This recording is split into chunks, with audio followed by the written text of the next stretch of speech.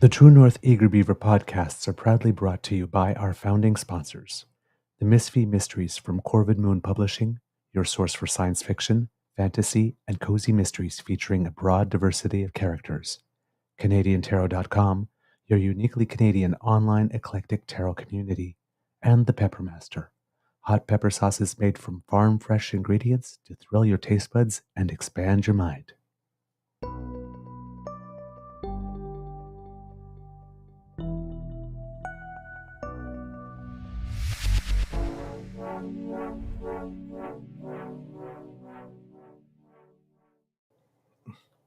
Well, good morning and hello, kids, and welcome to Season 3 and episode number 321 of the Daily Beaver Morning Show here on the Crier Media Network. Yeah. Today, recording day, is Tuesday, February 20th, 2024, and it's going to be a lovely day here at the Beaver Lodge.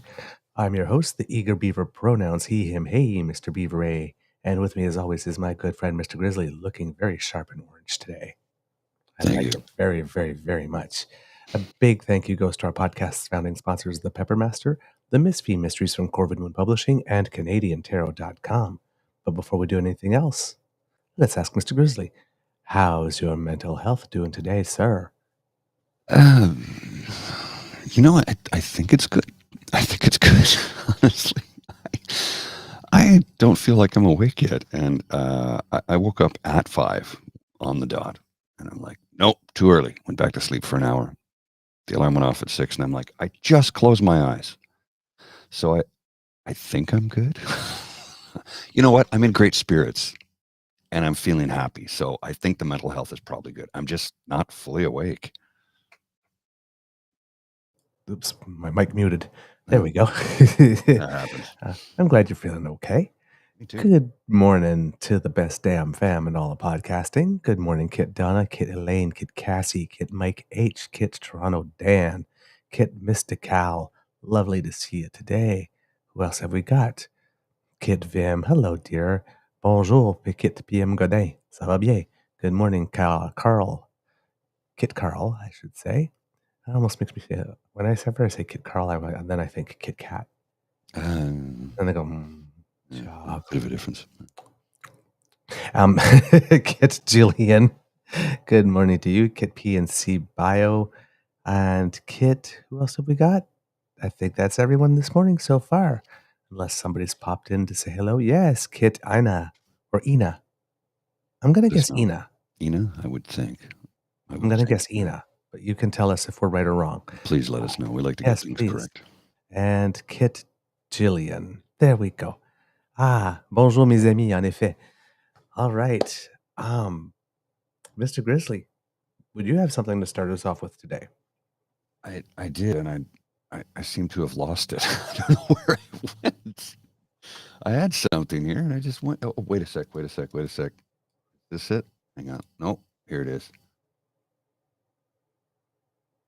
Yes, there it is. It took me a second. I don't know what happened to my link. I think I scrolled down by accident, and as a result, it just threw everything off. So I want to show you this. This is, I'm sure if you folks saw what I wrote up in, the little blurb at the beginning to describe what's going on in the world. And well, it's kind of like this. Bruce Arthur isn't directly saying that Pierre Poilievre is in the pocket of Vladimir Putin, but all signs point to yes. And when you consider his IDU boss, former Prime Minister Stephen Harper, is, getting friendly with Benjamin Netanyahu,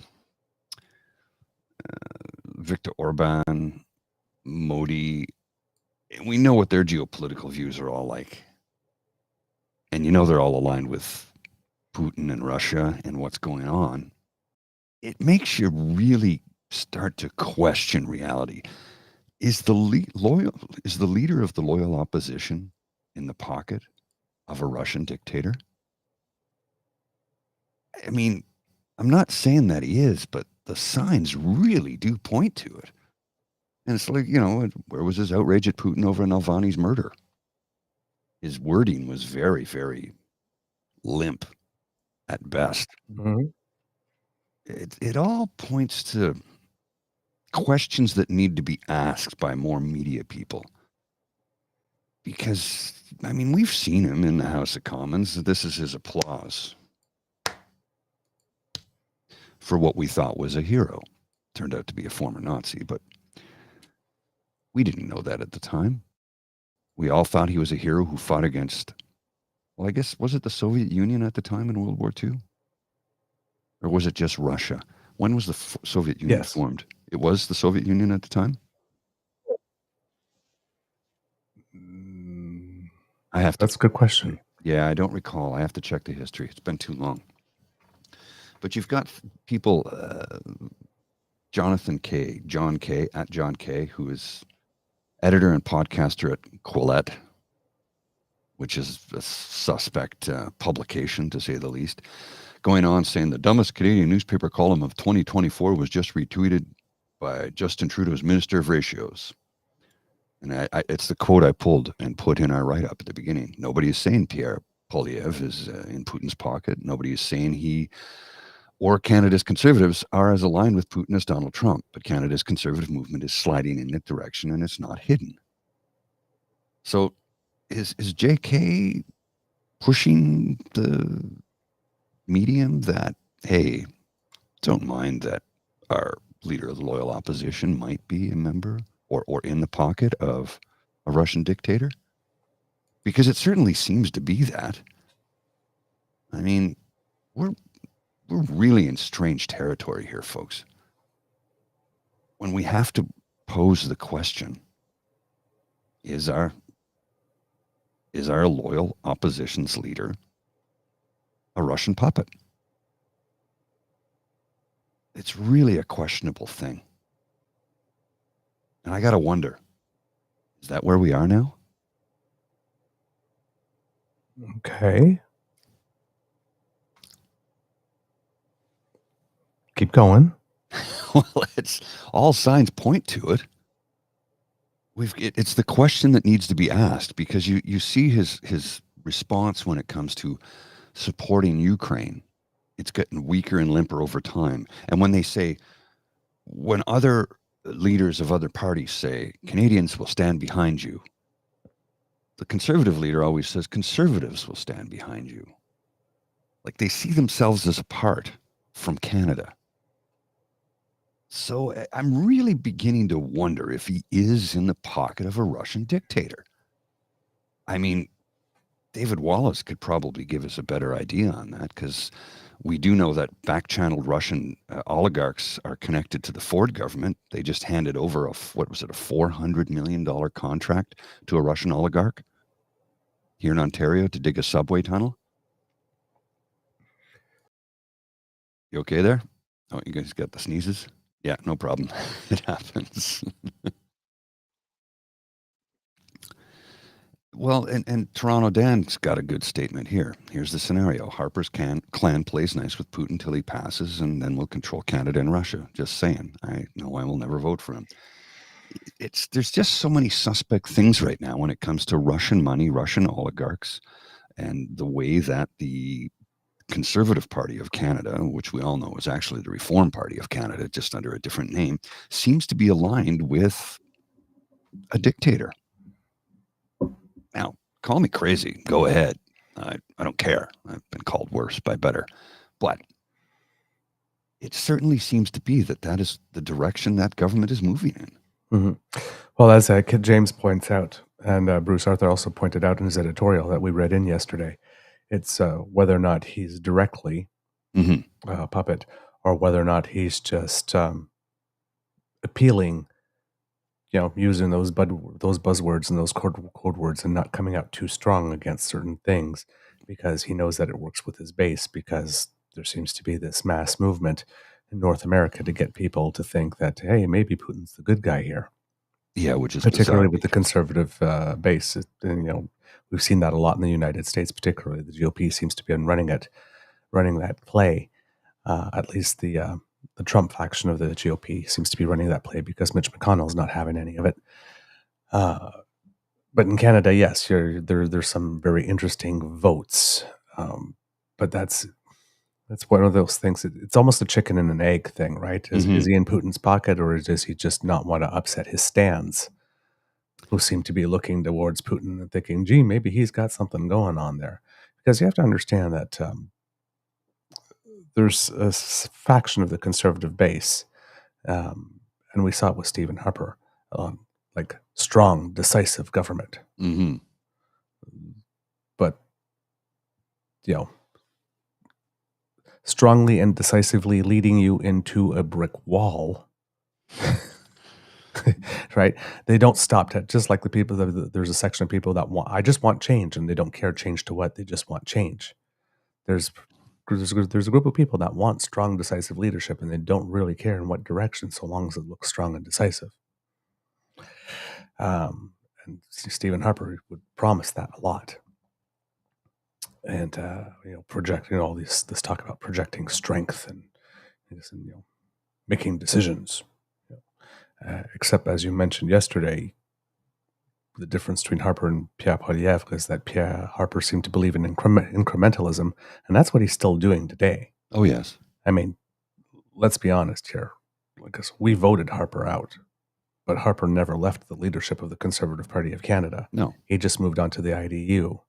He became the leader of the global conservative movement. So he's trying to do to the entire world what it is his plan was for Canada. So when he stood up and said, if you won't recognize Canada by the time I'm done with it, well, Canadians sort of shut him down before he could finish. So he just went to the global.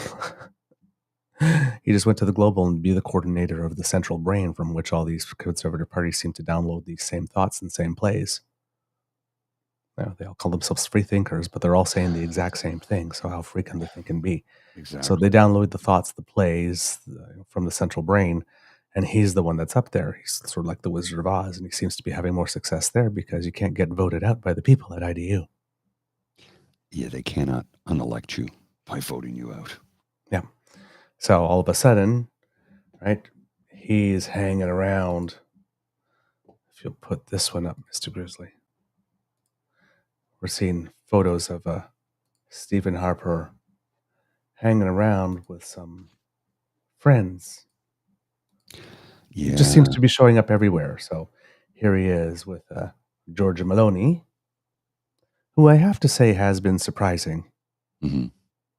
Because everybody expected her to go way more fast just than she has. And of course, she too went on the gay stuff. Well, yeah. In Italy. Because there was a common play, right? If you listen to Putin, there are no gay people in Russia. No, none. And apparently none in Iran either. Yes. So, come on, work with me here.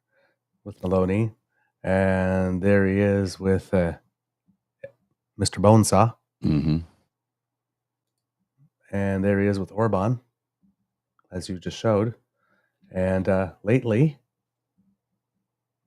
Oh, yeah. Javier Milei. No, he's not posing with Javier Milei, but with somebody from his cabinet. Yeah. So he went and paid his little visit over there. So, and all then signs point to bad.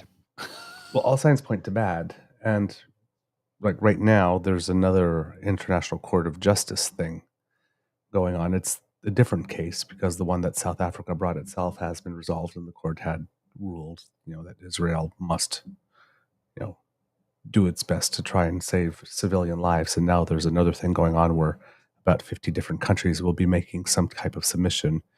Canada, I believe, was originally planning to make an oral submission and has switched to just putting out a written one at this point. But we also have this from a place called The Breach, and this was from December 6th. But it seems that Stephen Harper's firm has poured $350 million into developing military tech for Israel. Yeah, I read that article yesterday. We didn't have time to get to it, but it was like, He's also helped and contributed money to developing spyware with some rather nefarious individuals. So they're watching us clearly. And when I say, they're tied into the Conservative Party, the Russians are tied into the Conservative Party in ways we don't even understand. Let's look at this little thing right here. This is from Infrastructure Ontario. February 16th, 2024, Infrastructure Ontario Metrolinx have awarded a fixed price contract of $255 million to Strabag Inc. to design, build, and finance the second underground segment of the Eglinton Crosstown West Extension. Let's scroll up here. On the same day that Putin kills his political opponent, Alexei Navalny, Doug Ford awards another massive construction contract to Strabag, partially owned by Russian oligarch Oleg Deripaska. Oleg Deripaska, by the way, has been sanctioned. And he's also crying out that Russia might run out of money soon, so they won't be able to fight their war anymore.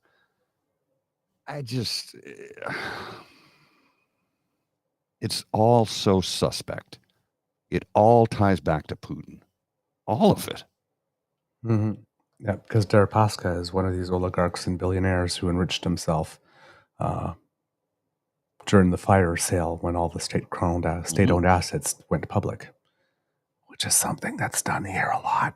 Yeah. Have you noticed that, folks? Conservative governments have been creating fire sales and selling off Crown assets for decades.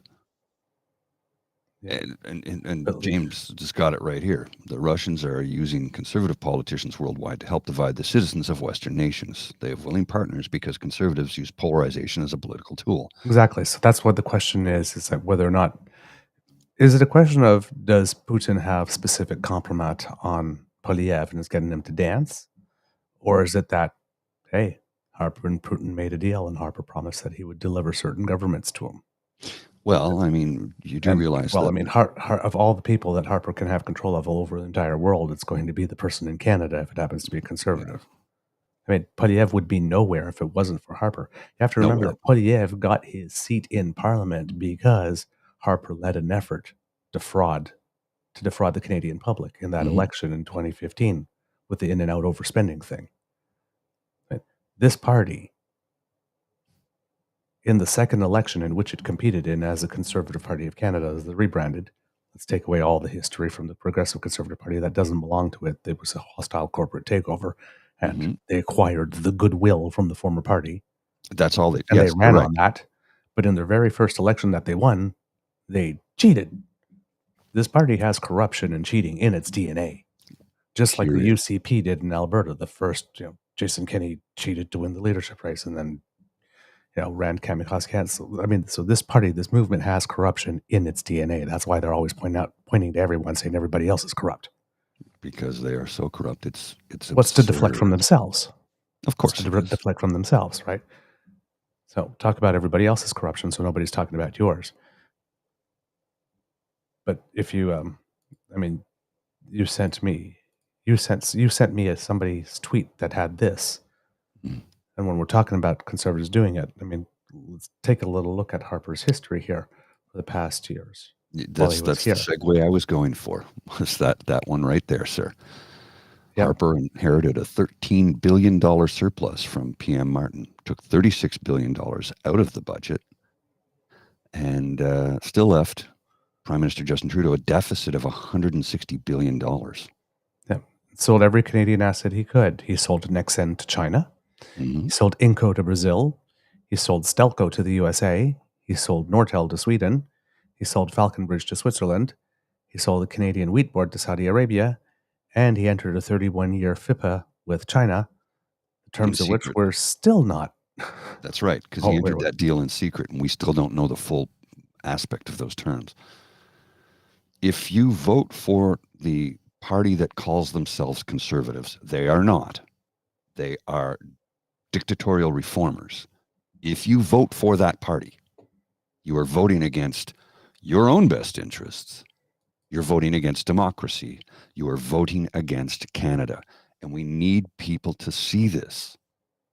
Now, I know there are hundreds, probably thousands, and hopefully millions of progressive conservatives who have come to this realization that this is not the party that you voted for throughout your life. Lifelong conservative friends of mine have started voting NDP because they hate Trudeau, and they cannot, in any good conscience, vote for this current party that calls themselves conservatives. And we need to get the message out to Canadians that these people do not have your interest in mind. They will use you as a cudgel, as you've seen. They've done it before in the recent past, and they'll do it again. And when they're finished with you, they will throw you under the bus and drive over you. Melissa Lantsman days are numbered because eventually, once they get to a certain position where they no longer need the prominent Jewish lesbian as a dividing cudgel, as a wedge, they'll toss her aside. You know damn well they'll do it. Oh, yeah. They don't care about anything but power, money, how to get it, and how to keep it. That's it. They just want to control you. They do not want to govern. They don't. They just want to rule over you. Mm-hmm. Well, and look at, all you have to do is look at Poilievre's voting record over the last 20 years. He's voted against everything that would benefit the average Canadian. He's voted against wage increases. He's voted against union expansion. He's voted against unions. He's voted against affordable housing. His voting record is available for all to see. Matter of fact, if I can get the time, which I'll have to create more hours in the day to do it, I'd be happy to create a spreadsheet of all of his voting over the last 20 years and how his voting has harmed the average Canadian, and the less than average, the below average Canadian, the people we don't see, the non-middle class, the working class, and the poor. He keeps telling you he's going to come up with a program to solve housing. Well, I read an article about that the other day that just disposed of the whole thing. It's complete and utter idiocy. The math doesn't math on this system he wants to implement. They don't care about you. Yeah. I mean, Pierre Poilievre has never, ever met a union he did not want to bust. Exactly. Or a piece of instant back-to-work legislation that he was not willing to sign on to. Ever. He's never met a piece of pro-worker legislation. No. That he hasn't been prepared to vote against. And we're talking like broad or thin. If we talk about raising minimum wage, yes, he doesn't get to vote for against that unless it's for federal workers specifically. But he always comes out against it every single time. Always comes out against it. Anything that, when they were voting in Family Day as a holiday, voting against it. What if businesses lose one day of work and they have to pay people? Oh, destroy the economy. Extra benefits, he votes against it. An extra day off for you, he votes against it. Childcare, dental care, he votes against it. $10 a day daycare, voted against all of it. He votes for EI freezes. Yes. Oh, and by the way, he tries to convince us that EI and CPP are taxes. Yes. They are not. He voted to raise the retirement age. Yeah. Well, they did to 67, and thankfully they dropped it back down to 65 once Trudeau got in. Yep. So, I mean, he's not going to be there to support you. And he's already said during the pandemic that, we weren't worth the money that was spent on us. He's been campaigning for almost 2 years. Well, 2 years. Remember, they had flags made when they occupied my neighborhood. Before. Yes. Aaron O'Toole was deposed. Yeah. Because he also, he not only came to power in an election in which his party cheated, he personally has a lifetime compliance order with Elections Canada because he too personally cheated in a subsequent election. And then, during the convoy, they had flags out for Pierre Poilievre for Prime Minister while there was still a leader of his party. He overthrew the leader of his party. Effectively, yes. That's what he did. And then he brought donuts and Timmy's coffee hmm to people who sought to overthrow the duly elected government. And remember what Candy Bergen said? Let's make this the Prime Minister's problem. And their whole goal And in that was to make sure he invoked the Emergencies Act, hoping he would yeah, roll tanks in. yep, hoping he would overreact so we would get all those visuals. Well, look at what. And like we mentioned in our federal court decision show on Friday, because now we're wondering whether or not there was coordination between the federal government and the provinces for certain provinces like Alberta and Ontario to make the decision to not do all they could do when it was time. Why did Doug Ford keep on disappearing? Why did Jason Kenney not cancel auto insurance? Yeah. And license plates in Alberta For illegal blockaders, which, by the way, while he was asking Canada to send military aid over. Yeah. How did Alberta say that the problem had exceeded their capacity in a letter? And then 3 days later, just hours before the Emergencies Act was invoked, claim, oh, we fixed it, and then go to court about 2 years later. Well, don't be about 2 years later. The decision came about 2 years later. About a year later, went to court and said, no, we didn't need that. And wondering whether or not the government should have had the right to do that, given that Alberta didn't need it. On the day, 3 days after Alberta, through Kenney, sent a letter to the federal government saying, help us send military equipment, when the Prime Minister invoked the Emergencies Act, when he had that telephone conference with the premiers of all the provinces, on which all the premiers were present, according to federal court documents, Alberta said, no, we don't need one.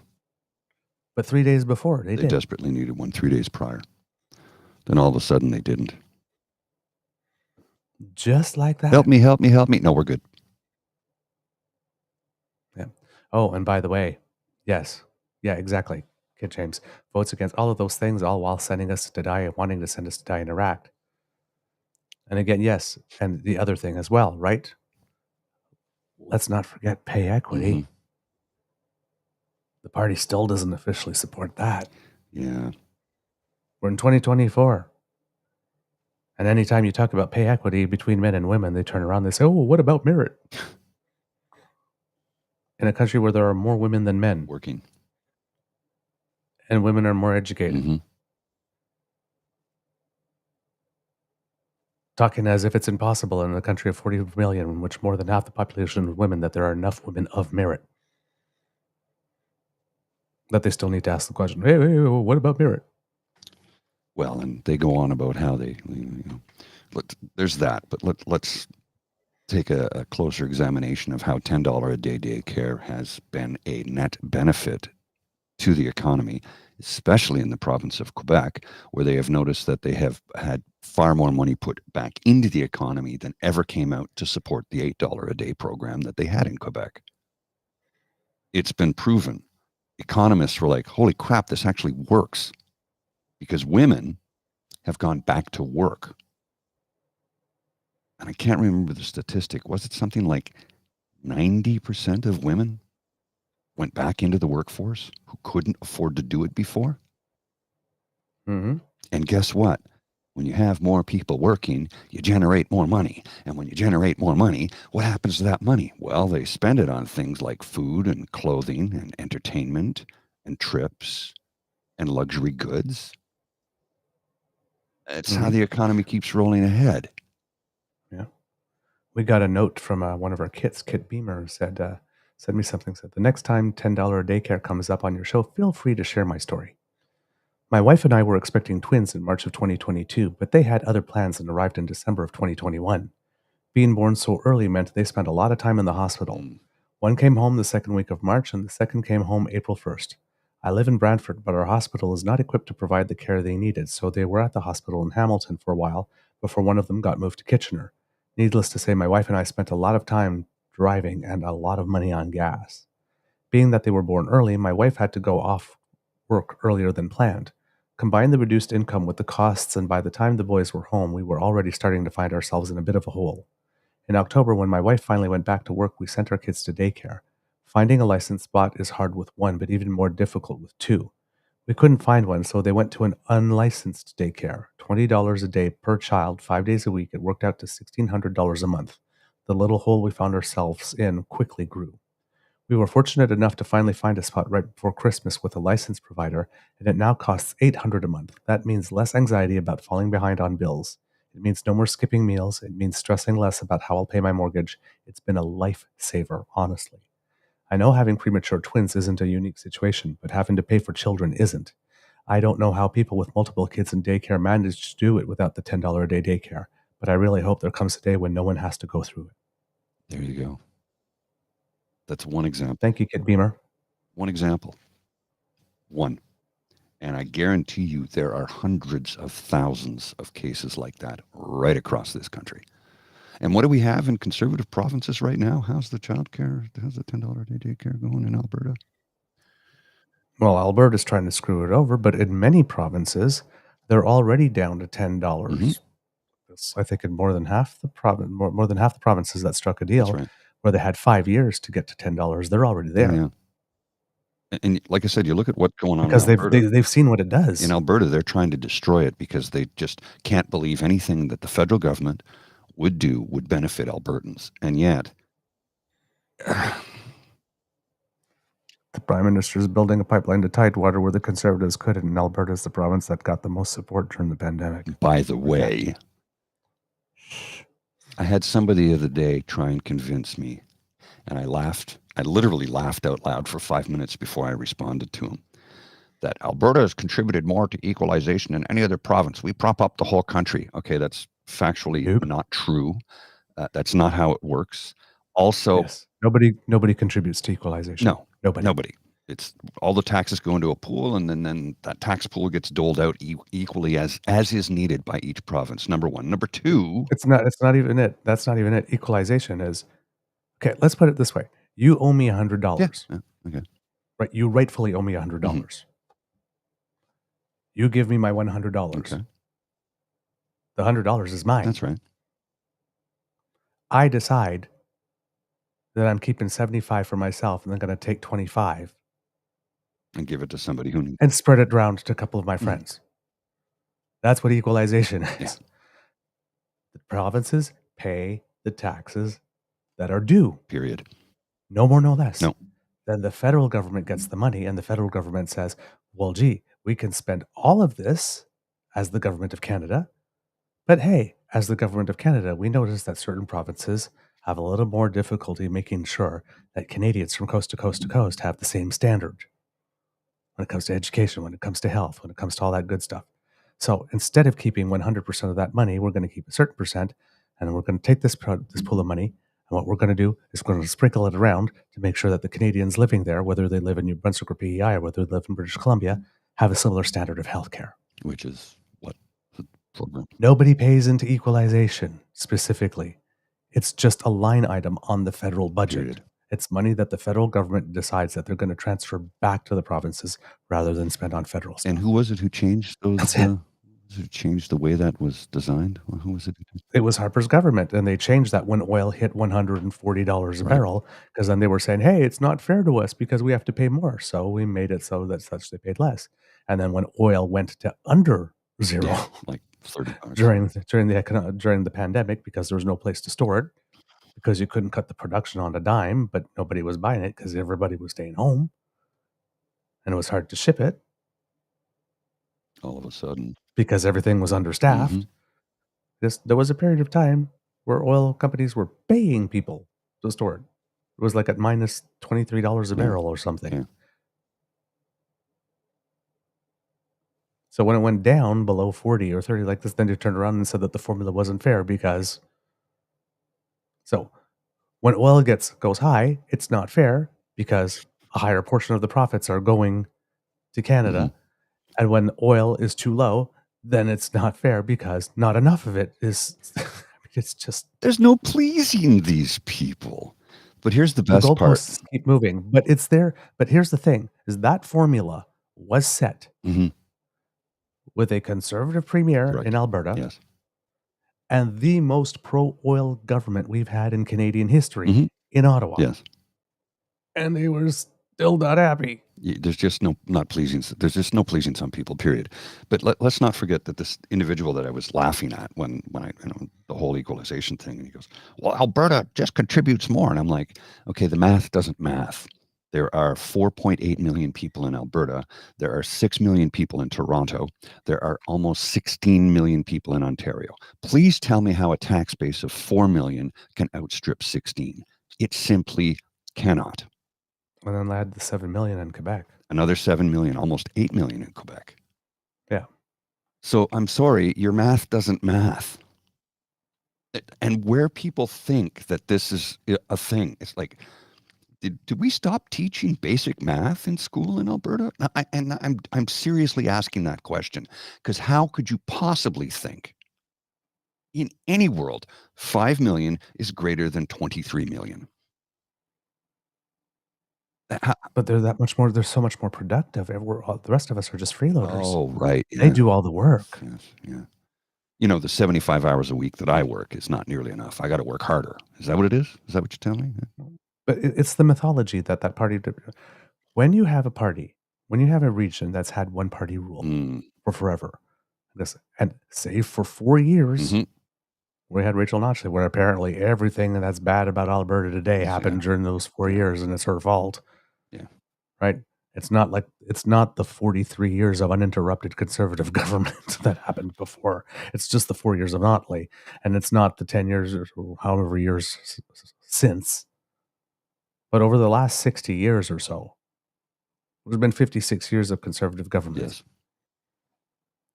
And nothing that's wrong with Alberta was the fault of those 56 years of conservative government. No. All the problems were created in 4 years. All of them. You have to understand here that Republicans would have loved the concept of Alberta. Oh, yeah. Because in Alberta, for decades, uninterrupted, all the American Republican theories, economic theories about oil and gas, and how it was though, you just had to let it be and, got to apply. That was the laboratory, was the dream lab for that. And it didn't work. And it never will. Oh. They didn't really manage to save any money. We were wrong about Quebec. 9 million. They could. 9 million. There we go. So, what they did to the Heritage Fund, they just dropped it. They haven't contributed in almost, 30 years?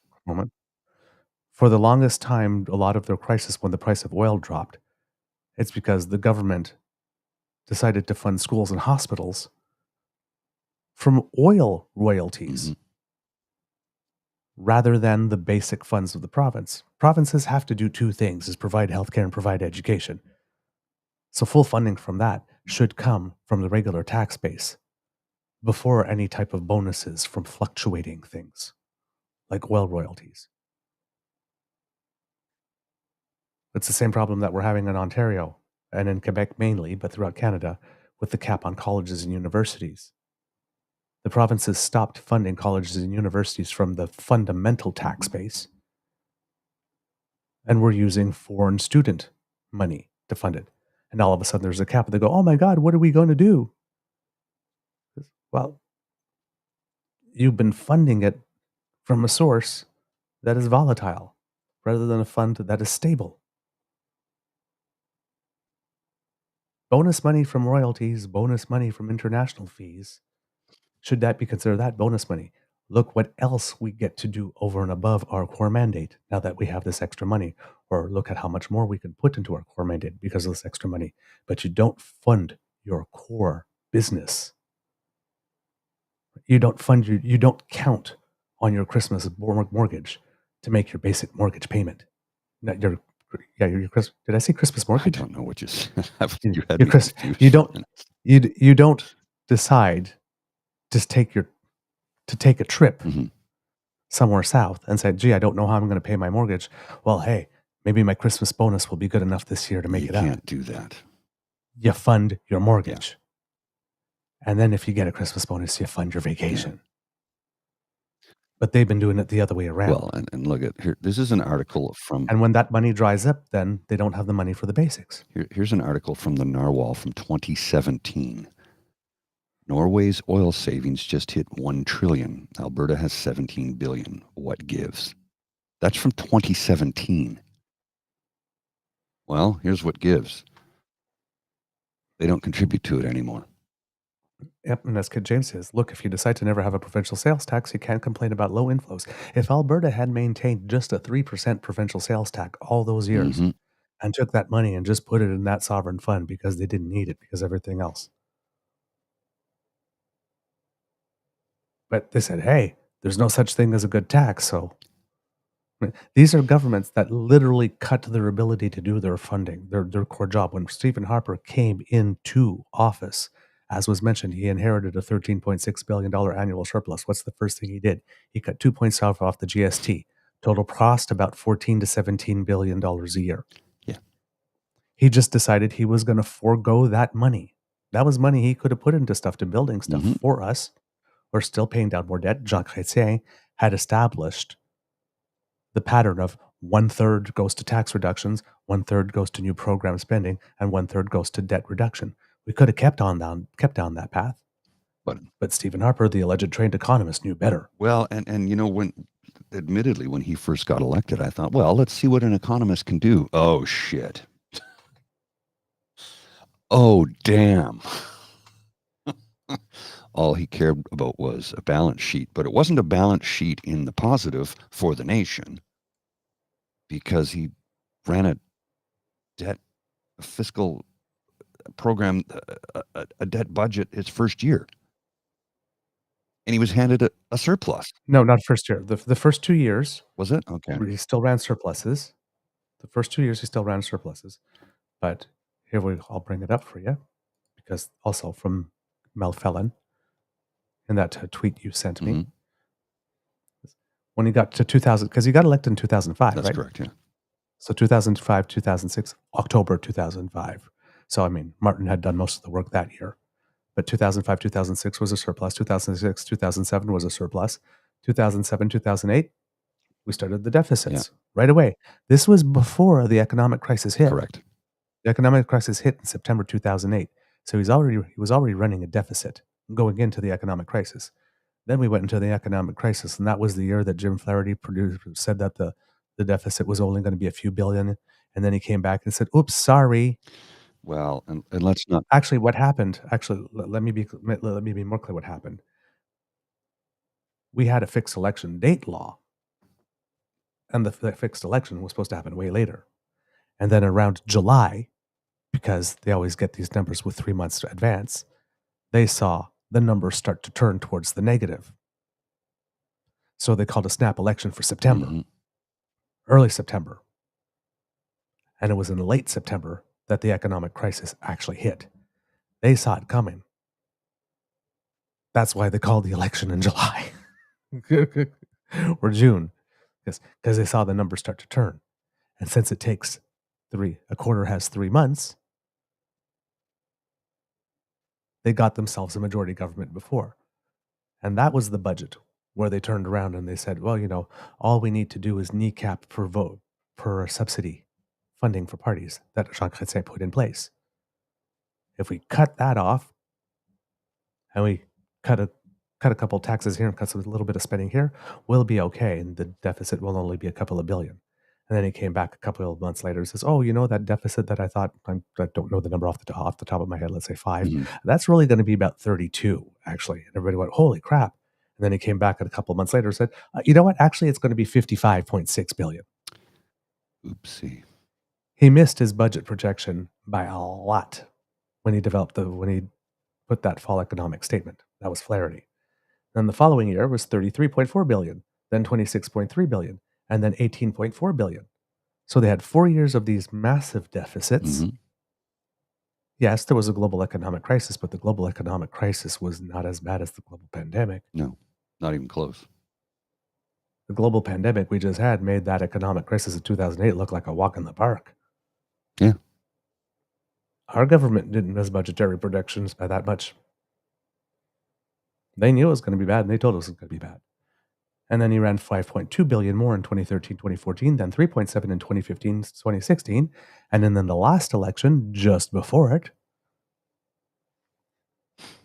when he also decided to sell all the GM stock we bought At a loss.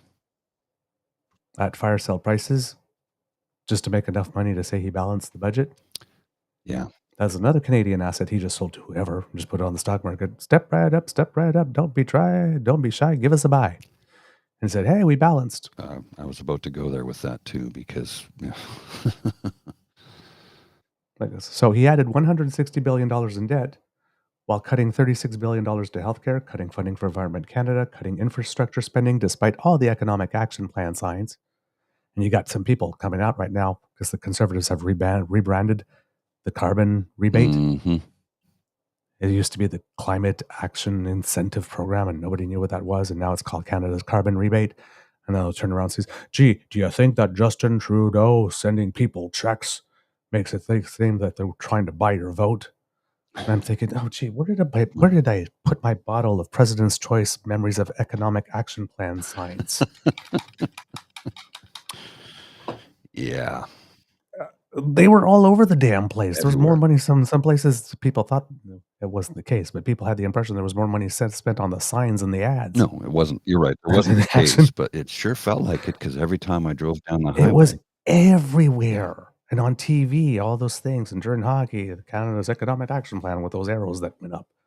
how much did that cost us? That was a lot of money. That was a lot of money. That was the other thing that the Conservatives are very good at doing, is appropriating public funds for partisan promotion. Yes. Well, Yes, it was a Government of Canada plan. The Government of Canada is legally mandated and required to communicate to Canadians with their own money about what it is that they're doing with their money.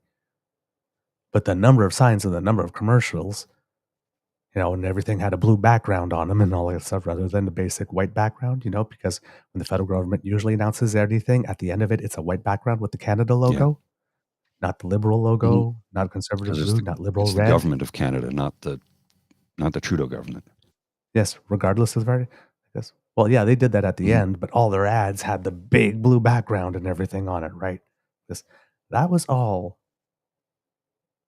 partisan advertising that should have come from the Conservative Party of Canada's budget, Well, and let's not the Canadian taxpayers' budget. And let's remember that the Conservative Party of Canada's budget is still very heavily subsidized by the Canadian taxpayer this day. thanks to the political donation tax credit. let's not forget that under the Harper government, and we refer to it as the Harper government because it was not referred to as the government of Canada at the time. It was the Harper government.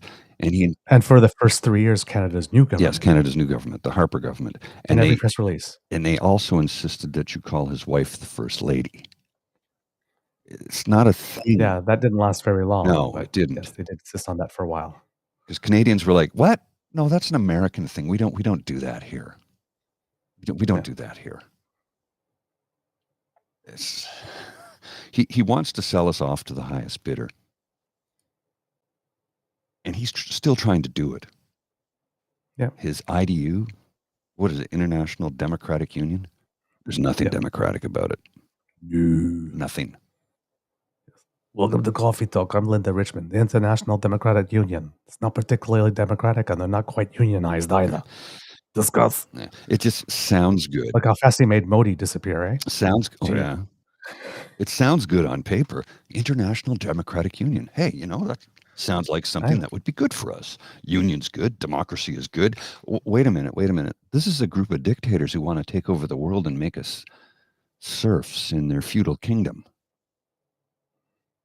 We're not citizens. We're production units and consumer units. Human capital. How many times have you heard that in the last, 10 years? Human capital. They don't even see us as people. We're cogs in their machine. These are not good people. They do not have your interest in mind. All they want to do is rule.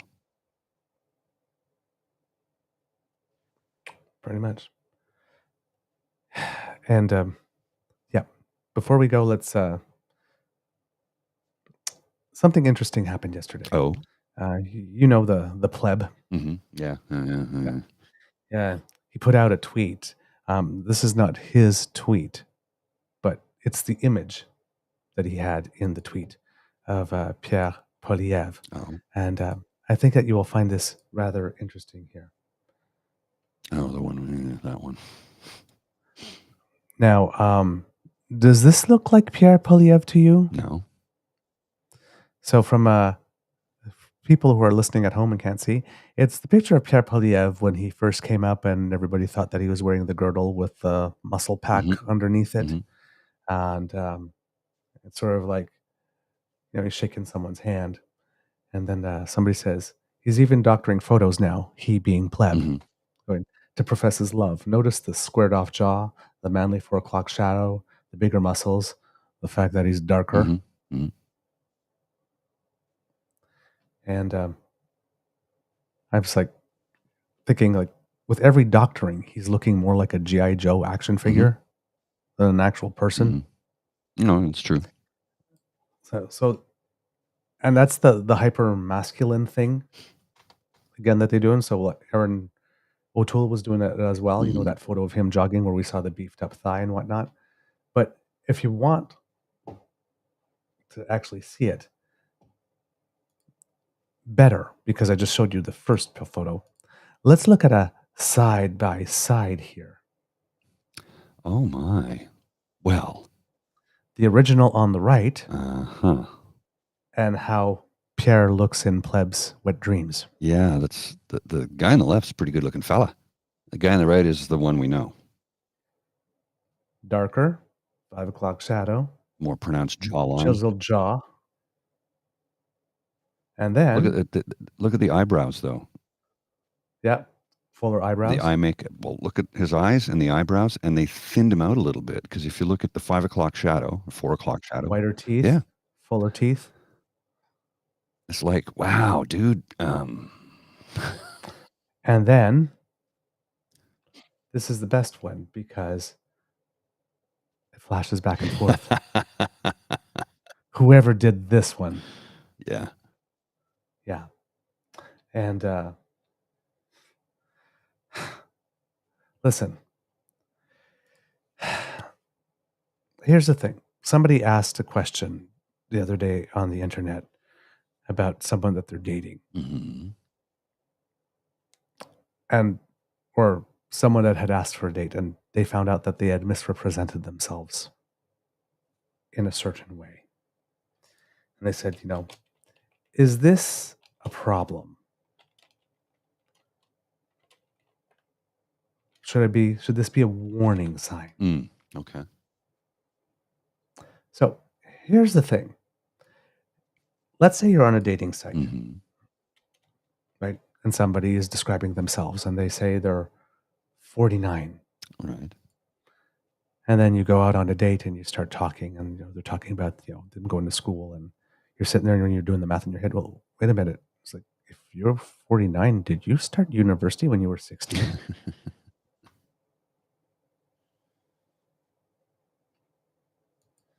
Because were you like some type of genius? Because I'm working backwards and the math isn't mathing.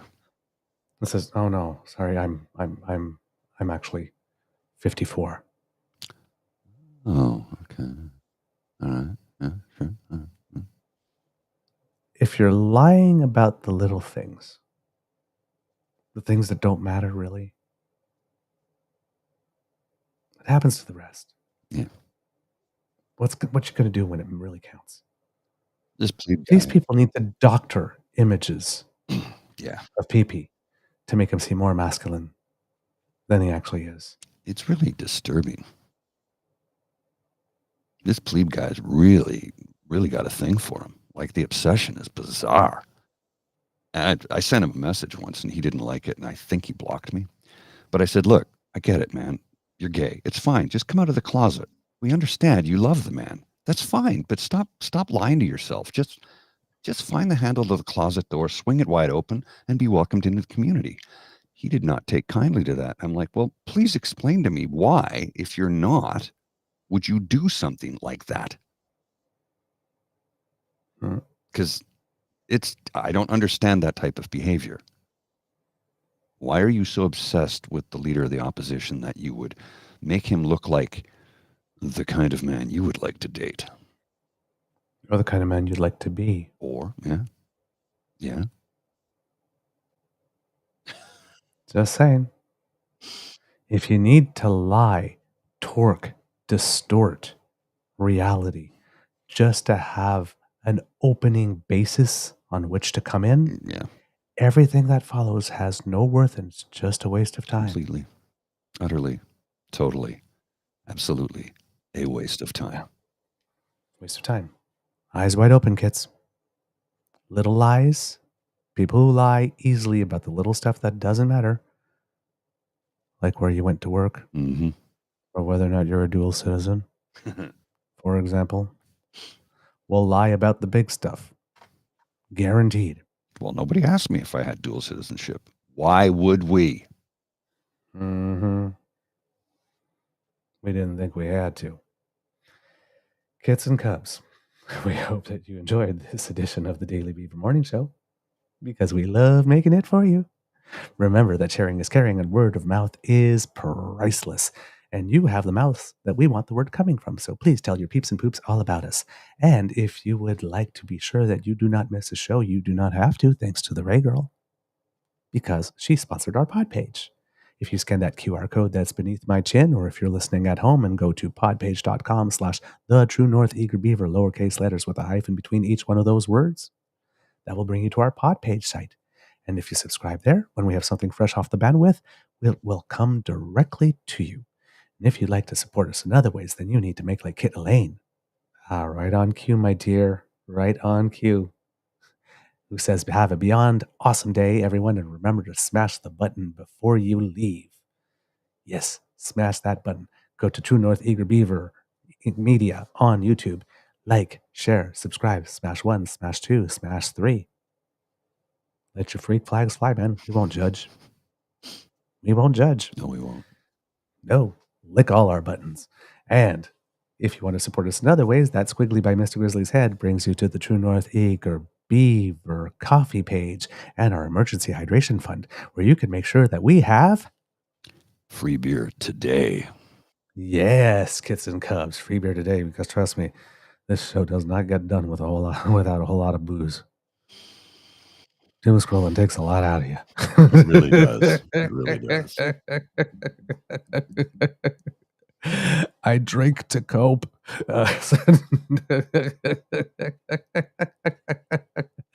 Or to forget. I can't really be sure anymore. Anyway. I might But if you go there, start just going to the gym every day again, just because I need the outlet, man, because alcohol isn't cutting it for me anymore. I need to get to the gym. That's it. Period. I think when we get the studio, I'm going to need to put like a speed bag or a punching bag. It's probably a good idea. In it. That motherfucker. We'll get a dartboard with somebody's face on it and just. So you go to our coffee page, ko-fi.com/eagerbeaver, lowercase letters, all in one word. And that will bring you to our coffee page. You can make a donation there. We really, really do appreciate it. Really do very much. Let's see, because democracy is something that you do, write those letters. That's very important. Mr. Grizzly, do you have some words of wisdom? Well, yeah, I kind of have it scrolling across the bottom of the Chiron here. The famous quote from Mark Twain: "Never argue with an idiot. They will drag you down to their level and beat you with experience." And that basically boils down to what we've been talking about today. And it's a roundabout way. I'm going to get there, but give me a second. Bear with me.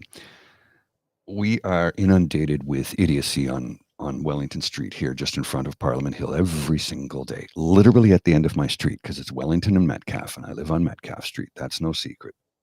Where there is a parade of individuals every day who scream how much they want to have relations with the Prime Minister of Canada, because his office is literally right next door.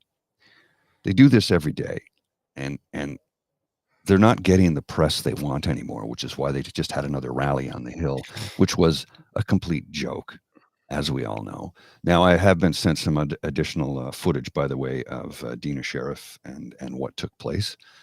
She was roughed up pretty harshly. Yes, okay. She's an agitator, but she did not deserve what happened to her. I firmly believe that. We'll see if we can have a look at that later in the week. But what I'm trying to get to in a very convoluted and unroundabout way is that we need to be ever vigilant every single day. These people are trying to harm our democracy, and they are doing everything they can to do it. And the problem is they are loud, they are ignorant, they are ill-informed, and their message is getting through to so many people. And that's the part that frightens me. We have idiots preaching to the ill-informed, and the ill-informed are believing them because they keep hearing the same information over and over and over and over. And it's a brainwashing. So please pay attention. Share this program with as many people as you can. We want to bring you the facts. We want to tell you the truth. We want you to know what's going on. Mm-hmm. Absolutely. I can't wait to see the video because I haven't seen it yet. We have Kit James going that Dina girl was being awful, but the yellow jacket guy should not have body slammed her. I don't know if the yellow jacket guy was an official or not. No, he wasn't. He was a protester. Oh, yeah. He was one of the freedom protester people. It's pretty brutal. She was belligerent. You know, as James said, she was being awful, but he should not have done what he did. She did not deserve what happened to her. Belligerent, agitation, yes, did not deserve that. Okay. Can't wait to see what it's about then. All right. Mr. Gris from the Beaver Lodge, this is your eager beaver saying it could be a tough world out there, so please be kind to and gentle with yourself. Mr. Grizzly, please roll the credits. You are listening to a True North Eager Beaver Media Incorporated podcast. The True North Eager Beaver podcasts are proudly brought to you by our founding sponsors, the Misfit Mysteries from Corvid Moon Publishing, your source for science fiction, fantasy, and cozy mysteries featuring a broad diversity of characters. CanadianTarot.com, their uniquely Canadian online eclectic tarot community, and The Peppermaster, hot pepper sauces made from farm-fresh ingredients to thrill your taste buds and expand your mind. We are grateful to the Crier Media Network for its support, Pete Jarvis for our artwork, and Paul Joseph Something for our opening and closing sequence music.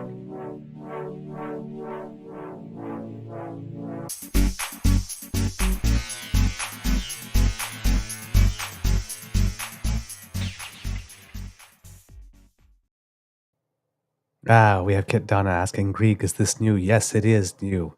Our good friend, Cranky Canuck, Canada's favorite snowman, designed a title theme for us after he appeared on our show. And so we're testing it out. We're wondering what you think about it. He's a really good fella.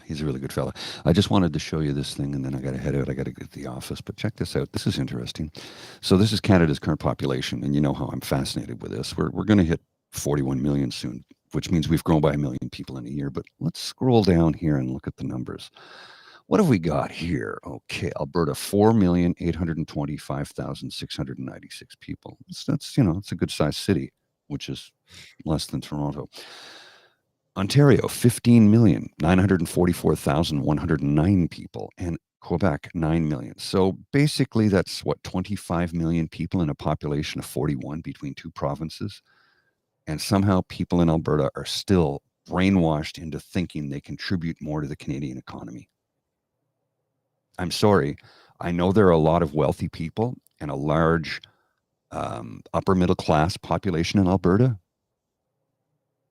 But 24 million to 4 million? I guess almost 5. It just doesn't work, folks. It just doesn't work. Mm-hmm. Mm-hmm. Indeed. Okay. I'm seeing some message from Kits here. You're getting a lot of Douglas, DMs. I love your shirt. Just saw the details on it. So fresh and fly. Thank you so much. And somebody asked me yesterday before we left, and I only saw it afterwards, how curling went. Our doubles team did qualify for the final round. So for the first time, overnight success. After 20 years of curling, I finally have a chance for a club championship. We still have to beat teams 1, 2, and 3, though. So it's a tough road to hoe. But hey, we're going to go for it. So there you go. Thanks for sharing in our joy. All right, Mr. Grizzly. I think we're done. We are indeed. I got to get to the office. I will see you. Bye, everyone. Mwah.